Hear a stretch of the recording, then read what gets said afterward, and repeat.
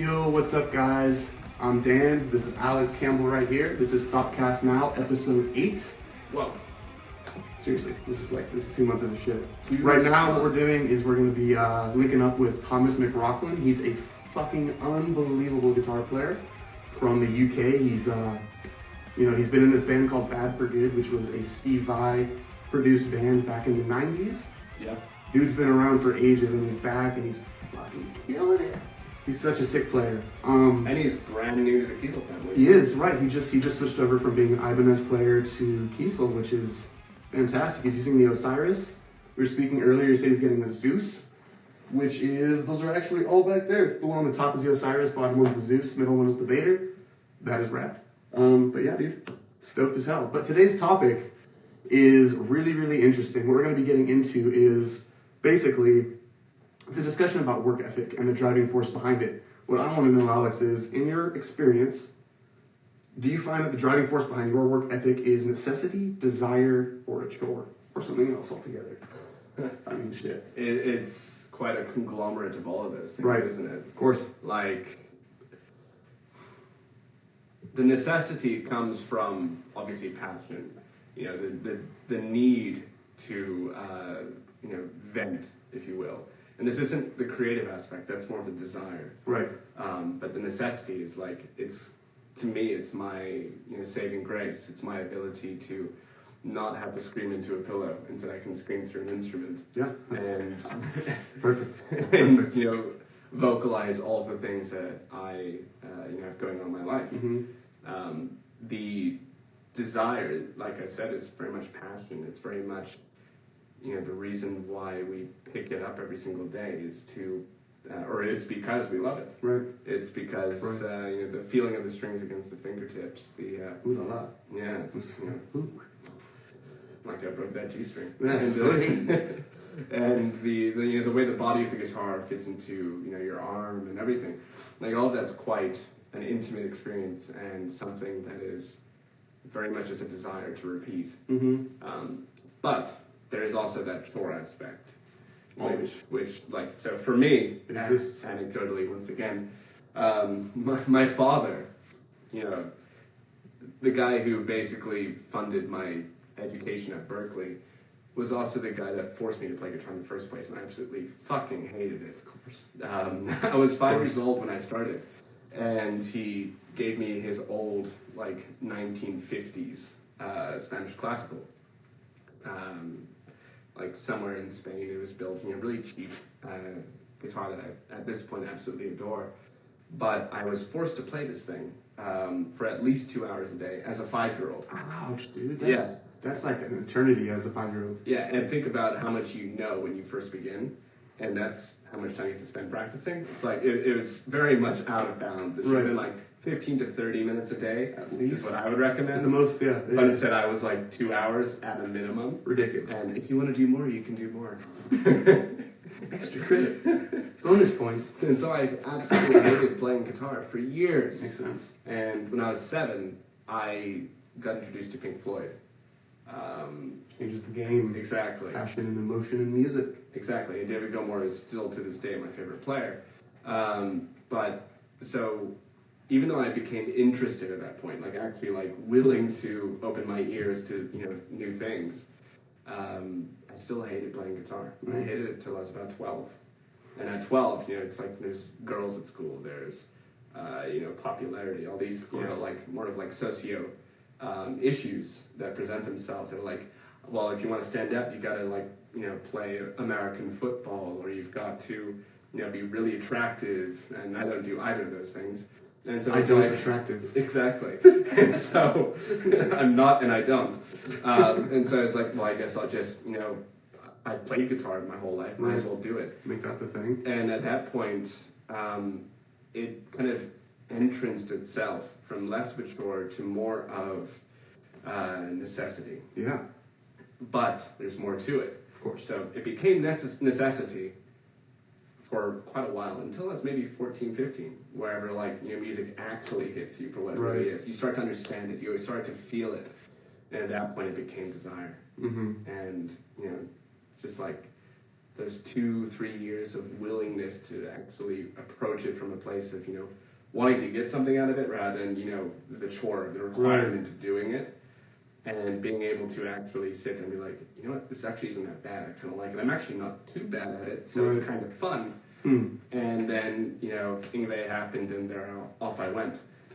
Is it possible that these three things, like as you just said this, you just kind of like, you transcended from this to this to this. Is it possible that these are just like the 3 steps of making guitar or your thing truly your thing? You know what I mean? Like it's obviously going to start as a chore. It's going to turn into some type of necessity or desire probably first. And then it's a requirement for you to like, to keep living. Yeah. Because you love it so much. I think it's somewhat dependent upon the maturity of an individual. Right, of course. Like as a child, you're interested in like, well, I was born in 91, so it's like, video games weren't that much of a thing. They were getting there. Yeah, it's like Nintendo 64 was like my shit. And it came out like, 96? That was a big deal. Or 97. And so, I was playing before that came out. And my interest was, like playing with friends, like being a kid, whatever that means, exploring. But I think that as an adult who starts picking up, or as a teenager who picks it up, or even a 12-year-old, which is like the age for picking up the guitar. Right. It's like...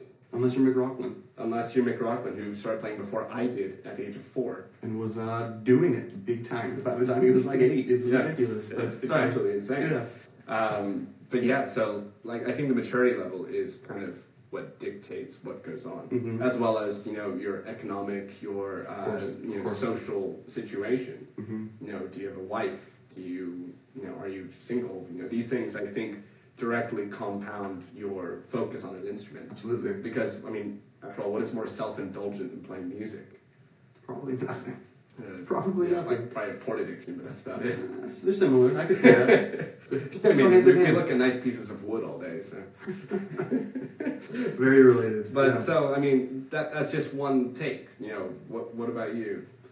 For me, dude, it kind of started with watching the way that my dad kind of did his work. He was very much like, wake up at 4:30 a.m., do work with, door closed until fucking dinner time. And I should say before that, he was like driving to work all the time, and then he started working at home, and just seeing that work ethic day in and day out, for the impressionable years of my childhood. It was really, really impacting on me, dude. I totally get it. You know what I mean? Like, I saw that every fucking day, and I was like, that's what I'm going to do, and I just need to find what my thing is. No. I obviously didn't give a shit about, like, that business that he's in, but I knew I gave a shit about something, right? And I knew that what he was doing was working for him, and it's what I knew. So I kind of went on a hunt for my thing. Actually, I have a sort of similar story to you as far as starting young, but my story ends sadly. I got my first guitar, or I should say my parents got me guitar lessons, and it was like a rental guitar situation. I was like 5 or 6. Rental guitar? Yeah. So were you like, just paid monthly price to get a guitar? It was terrible. Not having to return it each month? We could if we wanted. You just have to like pay again, I think. Gotcha. But I was going, I fucking hated it. And, Hanukkah came up. I am Jewish, forgive me. Hanukkah came up, and my parents, it was probably, I was 6 or 7, 5 or 6, something around there. My parents got me a guitar, like a really small classical guitar. Yeah, yay. I took it out of the box. I was like, hey, thanks, guys. I put it down, and my dad walked behind me and stepped on it and broke it. And that was the end of me playing guitar. Way to go, Don. That was the end of me playing guitar until I was probably 13 again. And then I got my next guitar for my bar mitzvah. Everything's Jewish. All my guitar playing is Jewish related. It's really funny. That's why you always play Jewish minor scales. It's real. and I got my first guitar as a Jewish minor. Oh my god. Oh. Put that in the G string, Joe. There we go. See what happens. Hello. So by the end of this, me getting my guitar for my bar mitzvah, it went from like, obviously it was a chore at first, and I fucking hated the instrument. It was like my mom and dad wanted me to do something artistic, right? And then it turned into later on, once I found my passion for guitar, I was able to focus that work ethic thing that I was aware of and didn't know what to put it towards. And I put it on guitar, and it became an absolute necessity for me staying sane and happy. And it's, filled with desire day in and day out. It's a healthy relationship is what it fucking is. So there's 3 things: chore, necessity, and desire. It's very much like they are in this tiered system, right? You know, at least as far as like child entrances to guitar go, it begins chore almost always. And I was about to say, I would be amazed if I was the only one who feels like I slip back into the feeling if it's a chore. Now that's a fantastic point. I'd be amazed if that wasn't like the kind of like slipping into the wrong lane for a second, and you got to kind of like get your footing again and reestablish your shit. So there's this psychological test that was done many years ago on children and painting. Okay? Interesting. So kids love to paint. Yes. They just do. They paint everything, and albeit generally terribly, they still paint. Now, what happens if you start to give them a reward for painting? What would you think would happen? I'm going to assume they stop. Yes, they stop painting because at that point it's become a task. It's not of themselves, it's for something else. It totally changes. It's the same way as like, you know, you get your first paycheck as a guitarist, right? And it's like, that's cool, I got money. And if you really think about it, guitar is kind of less cool at that point. Because it's like, now that I've been paid, I'm going to be expected to keep returning that same level of work. And the second that happens, your guitar goes from being like an artist's paintbrush to like a businessman's calculator. Exactly. You know what I mean? It's like, it completely changes what the instrument is for you. Yeah, it's like, like one of our people who follows ThoughtCast, Fernando, what he does is he travels each week and does these restaurant gigs, and he's been doing them for a very long time, and he's very good at it. And so one thing I'm going to ask him in our next lesson is like, in regards to this, do you think that, you know, every single paycheck you get, and he makes a living off of it, every single paycheck you get as a restaurant musician, does that change the way you feel about guitar? I mean, it's like, it has to in some way or another. It's like, it becomes work. You play these songs for work, not because of, you know, you enjoy them. You might still have some small semblance of, you know, interest, but I know for a fact, like, whenever I would learn a song growing up, that song would be killed for me forever. Right, yeah, you can't listen to that again. Yeah, it's just like, now you just visualize the fretboard, it's like, yeah, da-da-da-da-da-da, as opposed to like, it's just a really good song, it's really powerful. I feel like compartmentalization is the key here. Like, if you could be like, that is my gig, like I do gigs for this thing, but guitar is my fucking passion, then you'll probably be safe, right? But if it all gets blended together, then guitar is your, like, that's your job. It's hard. Like, yeah, totally. You know, I do a lot of like mercenary gigs where I'll be hired out to go play or tour. And when I was doing country, you know, country was initially a genre I'd never really experienced, and certainly not the lifestyle that it entails, which I will not get into. But I was like really interested in learning country guitar, and so I put a lot of time into it and got to the gigs. And after like the third or fourth gig, you know, each one was paid. It was like, it's like, this is, I'm wasting my time. And, you know, it's not knocking country music or country players because they're the best in the business. But just like as a musician who's getting paid after that interest and like, I can't wait to do this, and just having that interest totally absolved. Well, dude, acquiring the chops is what's keeping you stoked. Yeah. That paycheck has no connection to you acquiring those chops. It has no connection to music, honestly, if you think about it. Yeah, it's like, that's just true. You know, that money goes to living versus, you know, what you to buy gear with it. It depends on how you allocate your income and stuff, but yeah, I think there's a lot to be said about just where you're putting that passion and how you kind of spend that time. That's really, really interesting, though. And your work with the country band, that's like a whole ThoughtCast episode. We'll have to do that one day. That's like going into a shrink. That's the NotCast. The NotCast. This is. You want to learn all about racism, kids? Yeah. Tune in next week. Yeah. Join a country band. But all in all, like this whole idea of like, is it a chore, is it desire or necessity? I think is a really interesting discussion. And to be completely honest, I really want to know what Thomas McRocklin has to say. Yeah. Guys, please give a very, very warm welcome for Thomas McRocklin. Yes, we got you. We got each other. Mark Zuckerberg, you heard me. No protocol. Right, the Zuckman. I was thinking that the introduction, it would have been so cool if I just came from those curtains behind you. Like you close the curtains up, do the build up, and then the fog machine kicks on. the Fog me. the Hazers. So you want to come to Texas then? Sounds good. We'd love to have you, man. Plenty of room, dude. Texas is fucking huge. But, dude, Thomas, it is so fantastic to have you, man, and we're so appreciative of you hopping on at 12 a.m. in London right now. That's insane. Or in UK, I'm sorry. That's very... London is not just the UK. Yeah, that was very dickhead of me. I'm sorry for that. It's all right. All good. It's all good. How are you guys doing? Thanks for having me on. Dude, Thank you. Absolutely, man. We're doing well. We're just getting kind of started on this topic. Did you kind of catch a little bit of what we were saying before? I was watching and I was listening and I was quite sitting and making notes. Yeah, you guys go deep, man. You're into it. we're trying, dude. The whole philosophy behind this, and this is a very good way of using that word twice. The whole philosophy behind the show is to talk about music philosophy. Yeah. And just kind of like the music mentality behind what we do as musicians, and kind of sharing that insight with anyone who's willing to listen.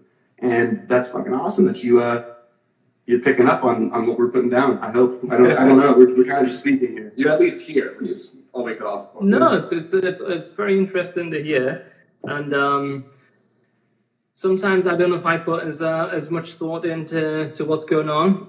I kind of like hyper focus on such small little things. So whether it's like my playing or writing, it's like 100% on this, 100% on that. Okay, that's done. 100% on this. So that it's like it's interesting to see different approaches into how you can break down the processes and stuff. Right. So you're saying you kind of do like a horse blinders sort of situation? Yeah. And I took a lot of time off from playing, which was like, in my opinion, it was actually a good thing as well as obviously, not a great thing, because the muscle memory takes a little bit of time to come back, but it gave me a good opportunity to kind of reset like my technique and to come back with a different approach to playing and stuff, which I was really interested in doing. One of the things I want to do is maybe play with less gain on it, and I listen to a lot of electronic music and a lot of kind of instrumental hip hop, and I really like a lot of the sort of rhythmic sort of stuff that you would catch in that type of music, and kind of. So I knew straight away, okay, I want to have a better picking game, because I was always much more of a left-hand player than a right-hand player. So for me, it was like the first 3 or 4 months of playing was just like very low gain, no effects, just be right beside the amp and just kind of listening and working out, how I can actually improve my picking, and kind of just, but it was just literally that for like 3 months, and then that's clicked in place, and yeah, and it's quite interesting because, back in my first time around when I was playing, you might be doing certain techniques and stuff, but you don't necessarily know you're doing them because you didn't have YouTube and a million videos to go, oh, okay, so I'm picking, I'm doing this, and that's the way this is working. So this time around, I was like, okay, why am I wanting to pick at this angle and do this with my wrist and stuff, So... yeah, it's but I'm definitely like a hyper focused kind of guy. I'll happily spend 2 or 3 or 4 hours just doing one small motion, just so the next day you don't have to think about it at all. Right, that makes sense. And you know what, dude? This is a perfect launching point to talk about your work ethic, because to me, it is so on the surface. Like, you grind so hard and it's so visible that I just want to fucking ask you, dude. Is your work ethic the driving force behind it? Do you find it to be more of a chore, a desire, or a necessity, or kind of like Alex and I were saying, kind of this trajectory through the three of them? No, I don't think it can ever be a chore, really. If you're a guitar player and you really love playing, in the past with me, I kind of fell out of love. But previous to that, I was putting in 10 hours a day as a young kid, maybe more. And when I was going through the Band for Good stage as a teenager, I'd be doing 5-6 hours with the guys rehearsing. We'll maybe doing some recording with Steve Vai in the studio, and then I'd still be at home in my apartment with my dad, noodling around and stuff. And then the same has kind of returned, as I've returned to the guitar many years later. And, so it's never a chore. And, I could happily sit in front of an amp for like the entire day, just take like a few breaks and stuff, So if you don't really love playing, I think you're always only going to get so far with it because it's going to feel like hard work, and once you hit that stage, it's going to be really difficult to break through the sort of barriers that you want to get through. So right from the beginning, you were drawn to the guitar because you were drawn to it. It was never like tasked to be like, hey, you need to practice a bunch of like for me, it was my parents wanted me to play guitar. Alex said a similar thing. I don't know if I'm curious what your situation was in that world. Yeah, I mean, I started off when I was 4, and my dad had a guitar in the house, which was an old Ibanez artist. And basically, you'd go to work, and I'd drag it out from behind the TV or wherever it was, and I'd try and play. And he wasn't like a virtuoso player. He was into like classic rock, like Thin Lizzy and Led Zeppelin and stuff. But he could play enough to teach me a couple of chord changes, and I think once you hit that point where you play 2 or 3 chords and you get them in time, that sort of spark ignites something, and then you just kind of go from there. But yeah, from a very young age, I was kind of used to playing long hours, and I kind of by the time I was like 6 or 7, I was kind of the school stuff I was taught privately, which gave me a lot more time. And by the time I got to the kind of age of like 8 or 9, in my head, the hours that I would be sitting at a desk, at school, would be at least the hours that I put in playing at home. And I'd kind of break it. In the morning, I'd do some, reading. The only lessons I really took with guitar was classical. So I'd kind of break it up. I'd have like a morning where I'd try and learn some readings and classical stuff. And then in the afternoon, I'd have like a jam buddy who would come over like 2-3 days a week, and he was just a great clean player, but with excellent theory. So he'd play random stuff. We'd put the old Dr. Rhythm drum machines on and jam for a few hours. So that was kind of like my thing. And then come 2 o'clock, it'd be like the amp would be cranked up, and it would be like high game time, Nothing like cooling down for the evening. Right. Exactly. High gain to relax. Perfect. That's fascinating, though. So you are a much better man than both myself and Dan. Never People felt are like, sure. All right. Yeah, it's like, yeah, I really fucking hate this. I'll just leave. For the guys that's joining me, obviously this is with the ThoughtCast Now. This is not one of my normal lives, guys. So obviously on Sundays and stuff, we have some plays, some stuff like that. So just in case you guys are tuning in and you didn't know that this was a sort of collaboration with ThoughtCast Now, that's what's going on, guys. So it'll be a little bit less playing and stuff and more talking and or whatever, But that's what we're doing, guys. We want to know what's going on in that head, dude. That's what we want to know. We do. And so one of the big things about you is your association with Steve Vai. And so one thing that I would love to know is if he dropped on you any kind of, sage advice or tips that kind of created the way that you approach the instrument today. Well, I met Steve when I was like young, I was like 7. And so we go way back. And then, and then shortly after that, I did the audience's listening video. And I think just being around, guys of that sort of talent and stature, you do pick up certain things. But in most of my time with Steve, he didn't really play guitar. I mean, with the biggest amount of time I spent, living with Steve was the Back for Good sort of time. And he didn't like touch the guitar for like the entire time, In fact, I kind of remember the first time after the album was mixed, it was mastered, it's like we had it, it was ready to go.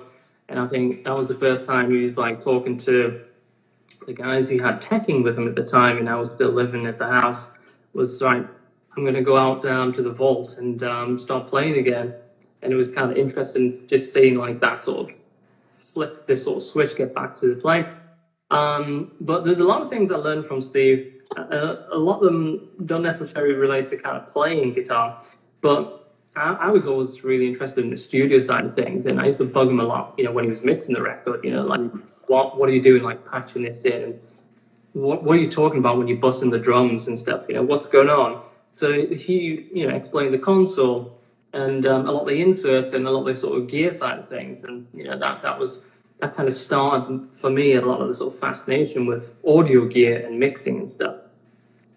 And whilst we're tracking guitars, you'd have sort of suggestions. I mean, I was always like a 2mm, Dunlop thick pleck, and I probably used to, I mean, I still pick really hard, but in a different kind of way now. And at one time it was like he taught me how to hit hard without affecting the tuning. So it was just more like a simple sort of whipping motion, which now we all probably take for granted, but it's like little tips like that. But we never really sat down and played and jammed and stuff and went through that kind of scenario that you may expect, It was really, really super into his amps and stuff. I remember there was just a ton of heads and stuff. And I used to always enjoy listening to his thought process of why you would choose certain heads and stuff, especially at that time. There was guys like sort of Hafler and Soldana were just coming, kind of really big, and then there was all the modded Marshalls, and there was like a plethora of kind of heads in the mothership. Obviously, people were sending gear left, right, and center to Steve, and do so even more now.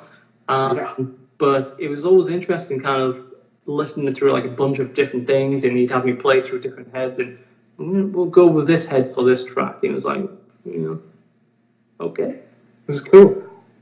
Does that kind of place of you in the studio, has that impacted the way that you mix your own music, if you do, or approach your own tones that way? Not now, because I think my preference and taste and everything has changed. I mean, also it's a complete different era.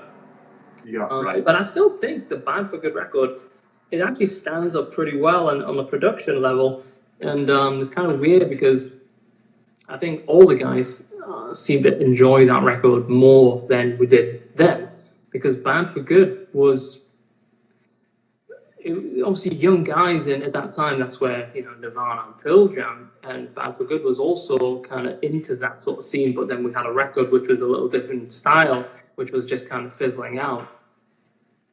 So but in terms of sounds and stuff, I kind of like a little bit more kind of really dry percussive sort of sound, and obviously I'm going through a phase of trying like different sort of plexis and stuff. I'm really like super happy with the late Fractal update because they've added another great plexi, and the new Friedman model is like really cool. It's just got that great sort of sound. Can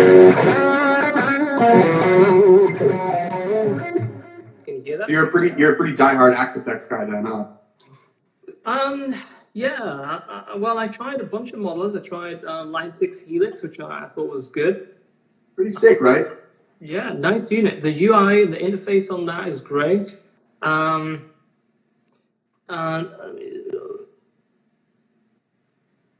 UI is good. I was going crazy. And then I tried Campbell, which had some really cool sort of sounds and stuff. But the thing I liked about the Fractal the most was with that one unit, I could basically get rid of a lot of stuff that was on the floor. Like I had a bunch of kind of, Strymon stuff, and it was just a lot of stuff accumulating when I was using other modelers, because I didn't think that, there was just little holes in the sort of area of the sort of DSP, in my opinion. That makes sense. But it's interesting. Makes a lot of sense, right? I mean, that's the reason why I want Max Effects in here. And we run a Kemper in our studio, but we also have our massive, which you can't see on the screen, but our massive like pedal shelf with like, God knows, maybe like 50, 60 pedals in it. And yeah, it'd be nice not to pull those out constantly. Yeah. It's cool to have them, but I definitely agree with having just like, a file or a folder you could pull up, fucking get some effects. It's pretty fantastic. Yeah, I mean, like when in the studio like these days, the digital aspect is just as good, pretty much, as the analog. And then there'll be people who will say, fuck you, that's absolutely wrong. But let's be frank, guys, it's so much easier. Well, the other thing is I love as well is like, with a solution like a Fractal, it's like, for me, I can take the EP patches and just plug them into a front of house PA system, and we're kind of good to go. You know, there's no messing around. You know, Yeah. that is like a huge sort of benefit, and the feel of it feels great to me. One of my I'm sorry. One of my favorite things I was about to say about this whole entire thing is that like you could take those tones for your record, and your biggest fans around the world can have your exact tone from your record. I think that's one of like the secret special things about Axe and Kepler. It makes it really, really closes the loop or the gap, so to speak. I think between like that tone hunt that most people are on. Yeah. You know. Without a doubt. Totally. Yeah. But yeah, I still play around with it a lot. You know, I've got like 8 versions of my default patch because every day it's like, okay, I'm gonna tweak the IR a little bit. I do find though with the Fractal, I tweak it far less than I did with other products. You know, with Fractal, I remember the first time I plugged in, it was like, that's that sound I've been looking for, and then it was just like, you know, kind of modding it to taste. I'm not looking for that sound anymore. But I have been enjoying using the Fractal as a clean amp, you know, with something like a matchless simulated, and then putting some overdrives on the front end, you know, where it's like the Dunlop stuff, the Friedman stuff. That's been another thing I've been kind of experimenting with recently. But ultimately, straight up into the Fractal with no help from anything else, I can kind of get everything done. The cool approach to use the Fractal is just like a clean amp, put some pedals in front of it for the kind of added color from pedals, as opposed to just relying on the Axe effects. That's a really cool idea. Yeah. Yeah, we should. I would like to. Let's do it. But dude, your history is so rich with Ibanez and Gems. But recently you switched over to Kiesel, which is fucking awesome. I mean, you made the right call. But I'm curious, what was the reason behind this, and more importantly, like what are you feeling now that you're on Kiesel? Are you stoked on them? Yeah, of course. I mean, I definitely wouldn't have switched to any brand that just didn't blow me away. And I had a bunch of different guitars before I made that decision. And it was very clear, unless the guitar makes me play this much better and has a certain feel, then it's just absolutely pointless. Because even now, my relationship with Ibanez is great. And there's like, yeah, everything's cool. So, but over the last year or so, I've been really specifically kind of interested in going down the headless route. You know, I had when I was at NAMM, I tried some different headless options, and I really liked the balance and the feel, and then the string tension. Cool, because I play 9s, but 9s on headless, I guess because of the string length, just feel a little bit different. And then I obviously tried other headless guitars, and it didn't kind of, just didn't do it for me. And then just by chance, I think on one of the comments, somebody tagged me in one of Jeff's posts or something, and then Jeff, messaged me back on Instagram, and then a couple of weeks later, had an Osiris in the house, and then, I'm one of those guys, like, I try a lot of guitars sometimes, whether it's like PRS or Watson or whatever brand, I'm, around a lot of people that have different guitars and different tastes. And the moment I played this very guitar, I was like, it was just, when it's like a perfect fit, the tone, the feel.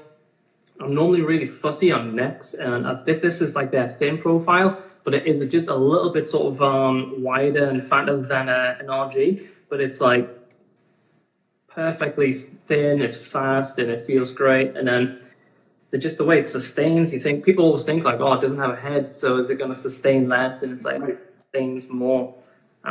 So yeah, I mean, it was just like, for me, it just felt so good straight away that we just had to kind of make it official, really. Otherwise, never slept again. Yeah, I mean, we've had very much the same kind of experience with our headless guitars. I mean, Dan just today was like, I think I'm a headless guy now. And we've got, a bunch of Kiesels that have headstocks. Majority do. And out of our, like 20 different Kiesels, I think we play the headless the most at this point. Probably.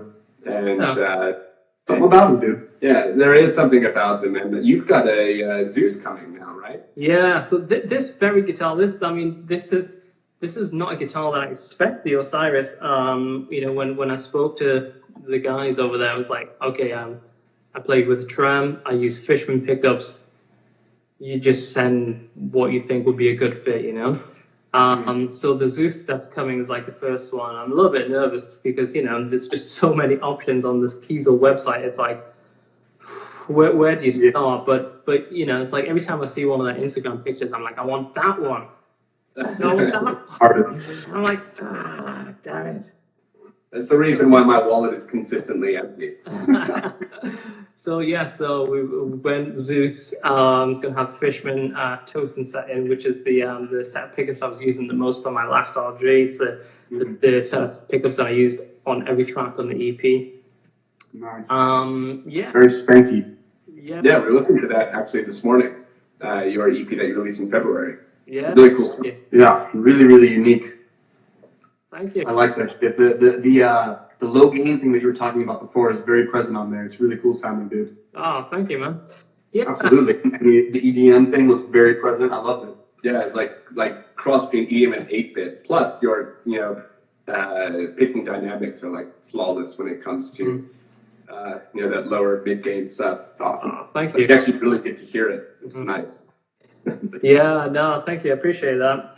Yeah, I mean, the EDM side of things, I mean, when I took, all that time off from playing guitar, I was still doing music stuff, but it was just in a different capacity. I was doing, production, mixing a lot of electronic genres for people, and then later I started getting into mastering and stuff. So it was kind of really cool just to have done all that stuff, and then I can kind of relax and do that EP at home, all in the box, in Ableton with a bunch of Universal Audio stuff, and it was another good experience to have, so I can try and execute the kind of sound. It's always difficult, when you envision a sound for a record or an EP.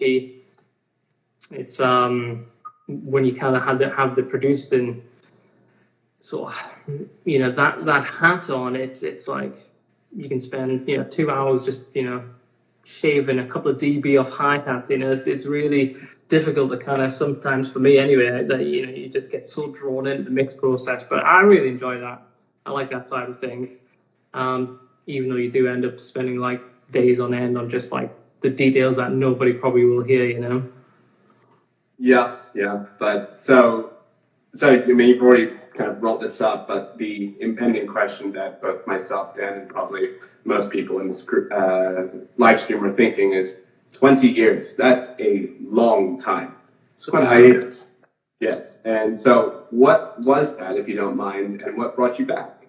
Yeah, sure. I mean, it probably leads on after the Bad for Good stuff. I mean, I came back to the UK and I did an instrumental record and stuff, but already at that sort of time, I was already getting into electronic genres. I was really into hip hop and rap, and I remember I got my first workstation, like the Korg X3, I think it was, and then I got my first Akai sampler, and then pretty much overnight, the guitar was very much a secondary thing. It was like a couple of things where the guitar would be used for like, it was just like, textures now and again. And once I really got like into like getting a mixer and some synths and effects, then the guitar pretty much had no chance, Plus, I did so much from like a very young age. By the time I was like 7, I was doing like live TV stuff all the time, and there was a lot of stuff happening then with the tours, and then like 30-40 trips back and forwards to the US.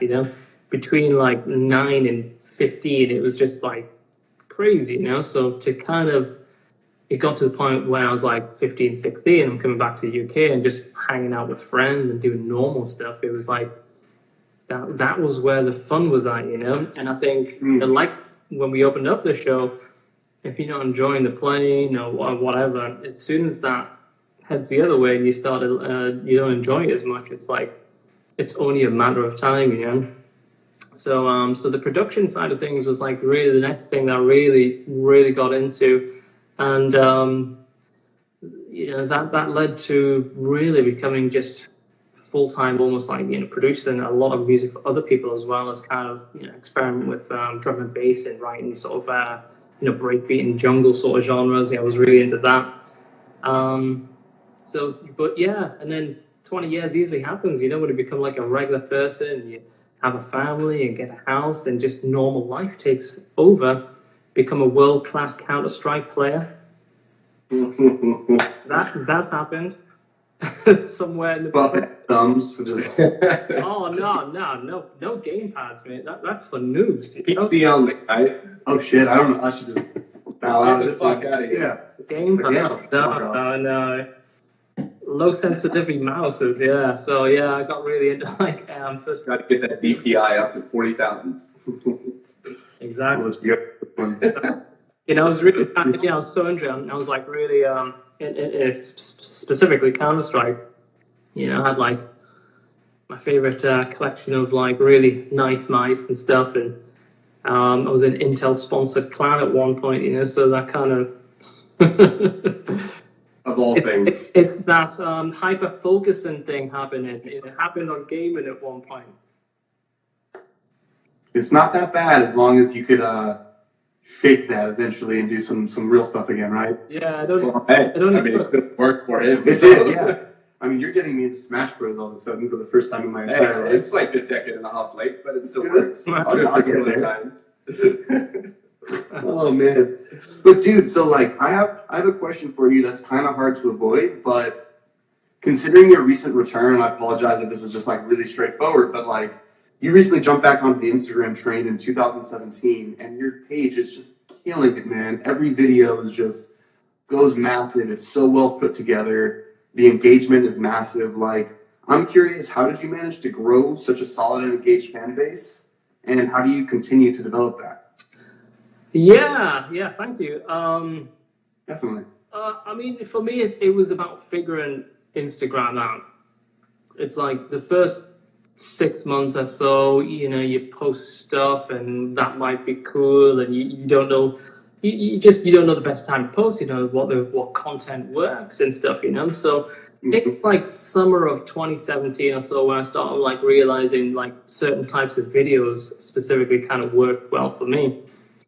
And once you kind of figure out, okay, this type of guitar with this kind of setting, with this, and then obviously I got like the really close-up kind of action shots, So a lot of the videos are like, it's basically this fretboard and body, Right. And it kind of paved its sort of style and stuff. So with Instagram, it's like videos for me is what grow my account. You can have like a picture and get X amount of 1,000 likes, but it's not going to lead to any follows. So I'm now post if I've got some new gear. There's no problem posting pictures, but my early Instagram action was like very much okay because I had all these Ibanez guitars and all this cool stuff. It's great stuff. But the first 6 months or 7 months or so, it was very difficult to get the first 1,000 followers, and then to get to 5,000, and then once 5 to 10,000 kind of happened, I think that's when I kind of start figuring out, a little bit like the content that works for me, and a lot of the videos that I make now. I mean, it doesn't take me a long time, but they're kind of made to do well on the explore page. So most of my videos, basically, they probably get like 80+% views from non-followers. That's huge. Which is how do you hack that? How did you manage to? Well, cut that?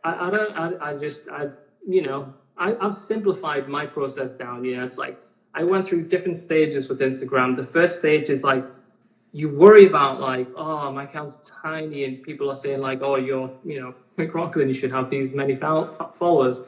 And then you say, oh, well, what do you do with it? And then, people say, go around liking everybody's pictures. So you try that, that's not going to work out so good long-term wise. And then you say, okay, I've got this amazing picture. And then you hope to get a share on a big account. But then, you might get 1 share a month or 2 shares a month, and then you're only going to get like X amount of followers. So it's like, I got sick of that. And then once I kind of got into making videos, and now if I post a video, I can kind of get 300 to 500 new followers per good post. that's kind of where it's at. But for me, it wasn't about like hacking it or doing anything. It was just about embracing Instagram, using it like a normal user. Do 20,000 profile views per week. You literally have to make 750,000 impressions per week. That's insane. So that's why I work out. If I can get like close to 1 million impressions per week, I know that could get me like 25,000 profile visits per week. That's a very consistent and high number. I'm going to take what you're saying and try to run with that, man, and make something happen. I remember when I first signed Kiesel a couple of years ago. I asked Jeff, like, are all your numbers real? Like, how can a guitar company have 1 million likes on Facebook?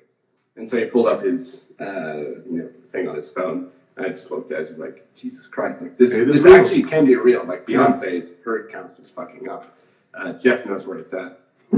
Yeah, there's definitely ways to make that shit work for you and to not play games with it. And you're definitely one of those guys who's making that shit work for you, dude.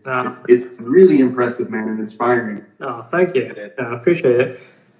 Absolutely, man. And like, the last question that we kind of wanted to ask you, as far as just to wrap up this particular segment right here with you, is if you could give yourself one really solid piece of advice 10 years ago, 20 years ago even, what would that one piece of advice be? I'm one of those guys that just don't have, I try never to have any regrets. Sure. So it's huge. So I don't even know if I would go to the extent of give myself, because I've got an awesome family. I'm back playing, healthy. Life is good for McRocklin. Like, it's difficult when you feel that way to think, oh, I would give myself this advice to change this now. So I'm going to give the boring answer and say probably nothing. Dude, a pat on the back. If you could give yourself a pat on the back, that would be awesome. Dude, I mean, you're actually an optimist, which is like rare for musicians.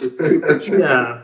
Yeah, maybe, but yeah, that's the way I don't regret anything, and I'm just like really happy that the plane is heading in the direction that I'm wanting it to go into, because it's always changing, and you guys will know, you have expectations, and you want to reach certain levels and stuff, and that never stops. And but I'm really enjoying that, going through those kind of motions to get better, every day. So I'm just kind of happy to be making music and playing and joining, awesome brands like Kiesel and stuff, Well, we're happy. You're happy. Yeah. I mean, joining Kiesel and getting to do it, with you. And with so many other absolutely phenomenal players. Like, it's... I mean, since you're new to the family, it feels really much like the family, doesn't it? It really does. Yeah, the community in Kiesel, like, the first thing I noticed, even before I joined them. But the other thing is how crazy good every single Kiesel player artist is on the right. It's like, okay, it's like, and it goes even to, like, when you look at, like, the guys that work there, it's like, dude, Jesus. It's insane. Jesse and Brandon are such fantastic players. Reach out, Brandon Ewing, our rep, he's without a doubt one of the best guitar players alive. Such a sick, clean guitar player. Yeah. Oh. I see Jesse stuff, and then he just posts something up, and it's like, whoa. And then Brandon's playing stuff is like unbelievable. There's this one thing that he does. I've been trying to learn it. You hear that, Brandon? Something like the lullaby one. I'm gonna learn it. I'm gonna learn. It's so sick. Yeah, that's that lullaby one. That is such a cool piece. It's great, but he's just so slick with it, and he's a really cool guy. So I've been enjoying like some texts because he's been helping me with the Zeus build as well, So he's a killer player, as is Jesse, and a really cool guy. But yeah, it surprises me how good everybody is as a player in their own right. That's one of the beautiful things about being in the age of social media is getting to see all these fantastic players. I mean, like I know for a fact, like my knowledge of you is practically non-existent until we started getting this stuff going, and just learning about you, through this and beforehand it was an eye-opening experience. Like I never knew that you were the kid in the Steve I video. I never knew that you'd gone through everything that you've gone through. Now getting to actually have a chance to talk to you. So cool, man. It's just absolutely amazing, and then being part of the same companies and things like that. Like music is about this kind of connection and understanding, not just the philosophical aspects behind it, but also the people behind it, because that is so important. No, absolutely. You're right, and it's this big industry, but it's also a very small industry as well. So to have like a good circle of cool guys without the sort of egos and attitudes and stuff. And it's super cool to be in that situation. And it's like the industry starts out absolutely massive, and as you kind of go up the rungs, step by step, it gets smaller and smaller. It does. It does. And the amount of people that you can like rely on and feel comfortable with also gets smaller. Yeah. Yeah, man. Absolutely true. Yeah, so we've got a couple questions from some of your fans who, if you've got the time, if you're down for answering, there's just a couple. Awesome. So we've got like minutes left. Yes. All right, let's kill this. So let's see if we can blast through these real quick for your peeps, just so that they can get their super cool answers from you, man. So Miriam Alavi wants to know, how did you get into Steve Vai's video, and how was that experience? Well, I met Steve in '87. And then it was when he was doing the Monsters of Rock with David Lee Roth. And then saw me play in his caravan, and everybody kind of freaked out a little bit. So he kept my details, and then obviously at that time he must have been the audience listening. So he gave me a call, and then we went over to do the video. It was crazy, a lot of fun. So he just flat out gave you a call? Yeah, I think he probably called my dad because the big old phones in those days and stuff. But I think shortly before the obviously the. So sorry, guys. As you know, we only have an hour to do these episodes with you through Instagram, and sadly, this one got cut off. We will be reaching out to McRocklin in hopes of linking up again to complete this session if you guys were super into this one. Otherwise, with that being said, we are super duper appreciative of you guys sticking with us and checking this out. Go ahead and head to everfret.com/ThoughtCast if your membership is about to expire and get that thing renewed. Use your one-time 15% renewal discount code that you received through email. If you didn't get that, feel free to reach out and get it from us directly. With that being said, thank you so much for checking out this episode with McRocklin. We can't wait to see you in the next one. Peace.